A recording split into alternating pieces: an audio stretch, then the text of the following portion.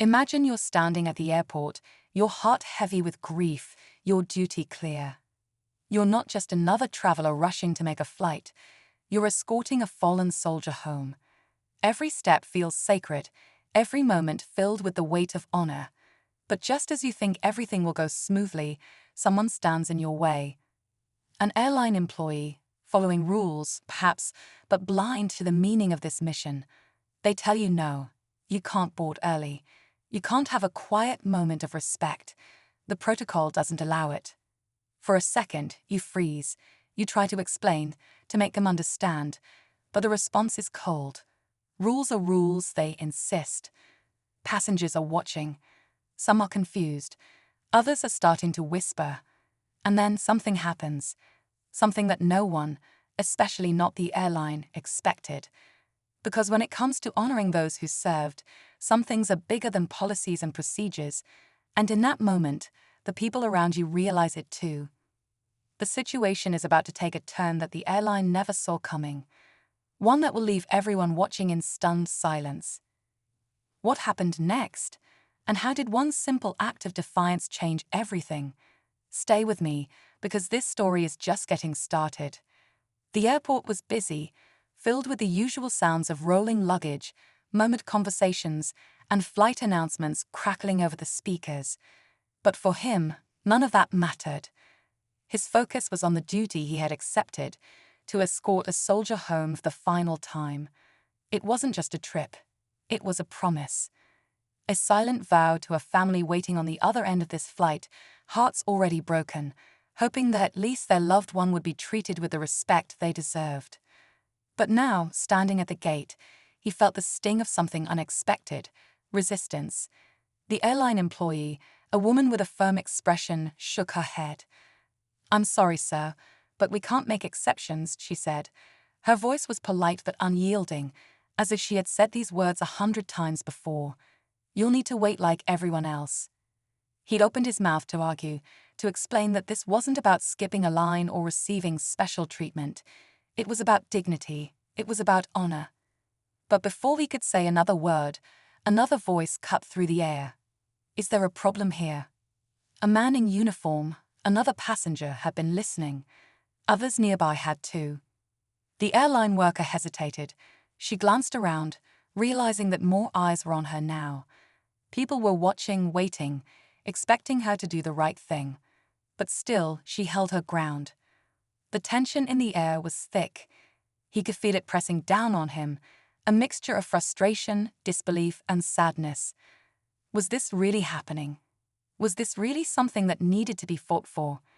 And then, almost as if on cue, the murmurs started. A woman near the window shook her head, her eyes narrowing. A man in a suit crossed his arms, his jaw tight. The mood in the waiting area was shifting. The airline had made a mistake, a big one, and they were about to realize just how big. He took a deep breath, steadying himself. This wasn't the time to lose his temper or let frustration take over. He had a responsibility, one that went beyond airline policies or gate procedures.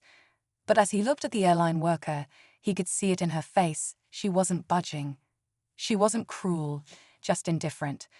To her, this was just another day, another set of rules to enforce. But to him, and to the soldier he was escorting, this was sacred.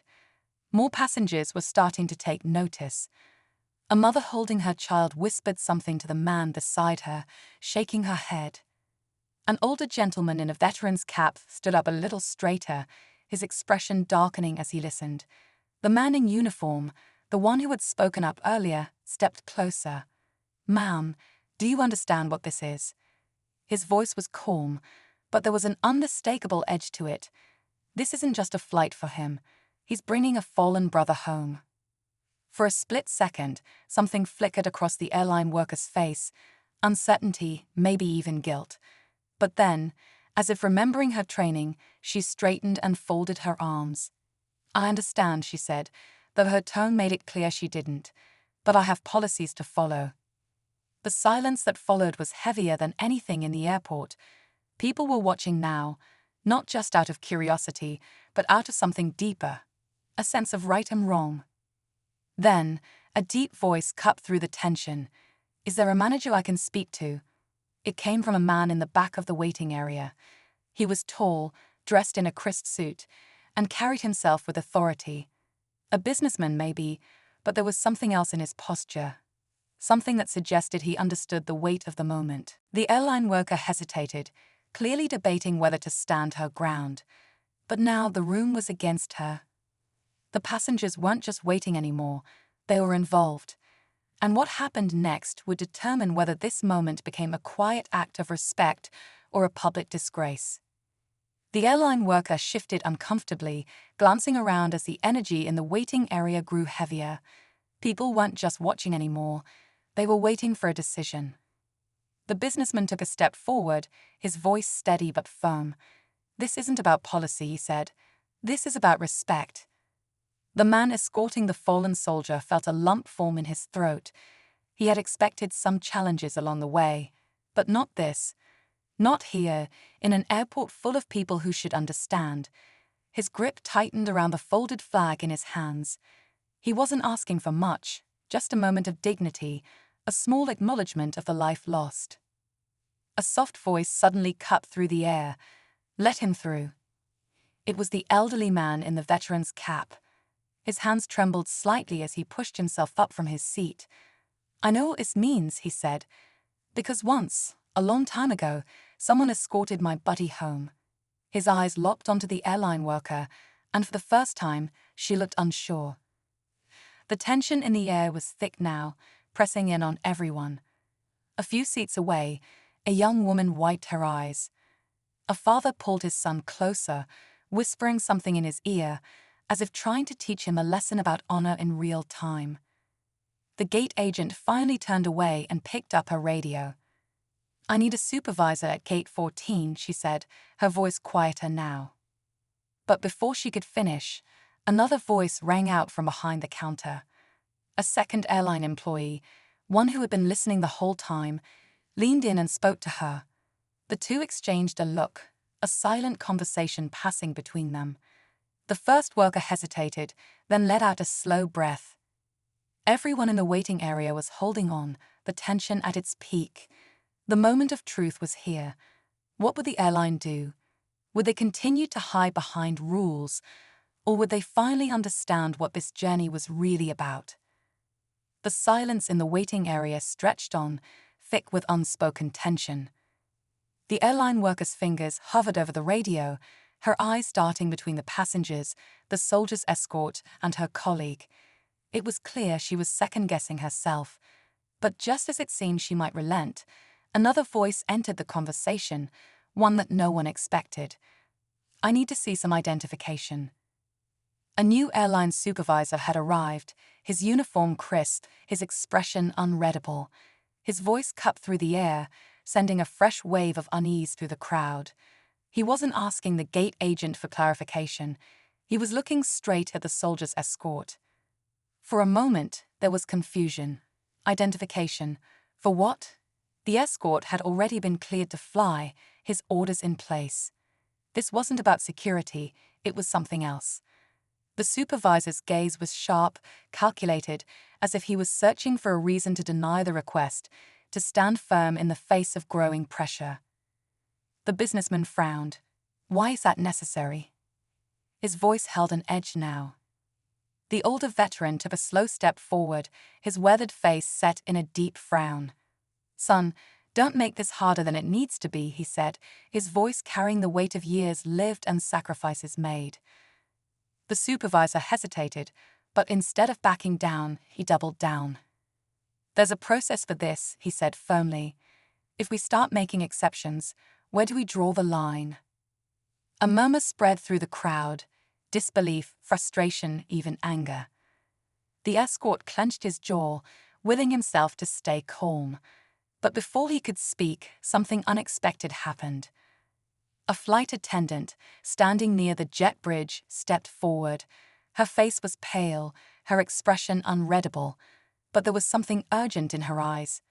She leaned in and whispered something to the supervisor. His posture stiffened, his grip on his radio tightened, and then his expression shifted, just slightly, but enough that everyone around him noticed. Whatever she had said, it had changed something, and the next words out of his mouth would decide everything. The supervisor's face tightened as he processed whatever the flight attendant had just whispered. He glanced at her, then at the growing crowd of passengers, their eyes locked on him, waiting. His fingers twitched slightly over the radio, and for a moment, it seemed like he might dig in deeper, hold his ground, enforce the rules just to prove a point. Then, in a move no one expected, he sighed, clipped the radio back onto his belt, and gave a single, reluctant nod. "Let him through," he said, his voice quieter now. A wave of relief swept through the waiting area. The veteran nodded in approval, the businessman exhaled sharply, and even the young mother in the corner wiped at her eyes. The soldier's escort didn't say a word. He just stepped forward, gripping the flag a little tighter, moving past the gate agent and onto the jet bridge. But just as he reached the doorway, the flight attendant who had whispered to the supervisor stopped him gently with a hand on his arm. Her eyes were glassy, her throat tight as she spoke. "I had a brother," she said softly. "He didn't make it home." She swallowed hard, glancing toward the casket being loaded below.